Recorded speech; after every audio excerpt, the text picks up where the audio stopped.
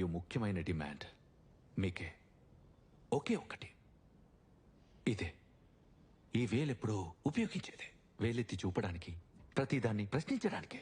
పిండి, పప్పులు, బియ్యం, నూనె, సబ్బులు ఇవన్నీ కొన్నప్పుడు ఎన్ని ప్రశ్నలు అడుగుతారు మీరు?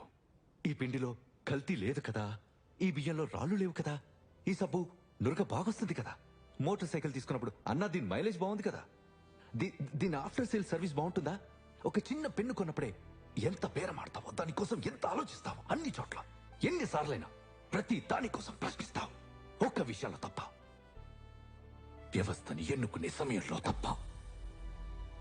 5 గంటలు వాడుకునే మస్కిటో కాయిల్ కి కూడా ఎన్ని ప్రశ్నలు వేస్తారు. దీంతో పొగెక్కువ రాదు కదా, మంచి వాసన వస్తుంది కదా, దీనితో దోమలు చస్తాయి కదా.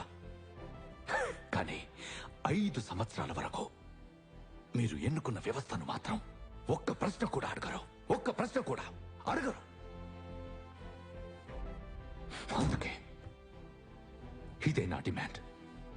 ఈ వేలు, భయం, డబ్బులు, జాతి, మతం ఇవన్నింటినీ చూసి మీరు ఓటు వేయకుండా ఎవరు మిమ్మల్ని ఓటు అడుగుతున్నారో ఖచ్చితంగా ప్రశ్నించండి.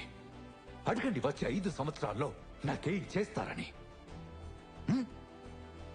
నా పిల్లల చదువు కోసం ఏం చేస్తారని, నాకు ఉద్యోగం ఇవ్వడం కోసం ఏం చేస్తారు, నాకేదైనా జరిగితే మా కుటుంబం కోసం మీరు ఏం చేస్తారు, 5 సంవత్సరాల వరకు నా దేశం ముందుకెళ్ళడానికి ఏం చేస్తారని అడగండి. ఓటు వెయ్యకముందే ఏ వేలునైతే మీరు వాడుతారో అదే వేలుతో ప్రశ్నించండి, వేలెత్తి చెప్పండి. ఎందుకంటే మీరు అలా చేస్తేనే ఈ దేశపు హెల్త్ సర్వీసెస్ సిస్టమ్ బాగుపడడానికి, పేద రైతులకు సహాయం చేయడానికి ఎవరు విక్రమ్ రాథోడ్ లేదా ఆజాద్ లాంటి వాళ్ళు అవసరం లేదు. కేవలం మీ వేలు చాలు.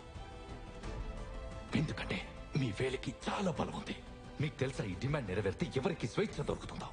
మీకు మీకు మీకు మీ అందరికీ స్వేచ్ఛ పేదరికం నుంచి, స్వేచ్ఛ అన్యాయం నుంచి, స్వేచ్ఛ కరప్షన్ నుంచి. కొంచెం మీ వేలుపైన నమ్మకం ఉంచండి, వేలెత్తి ప్రశ్నించండి. చాలు. జై హింద్. ఇదిరా దమ్మంటే.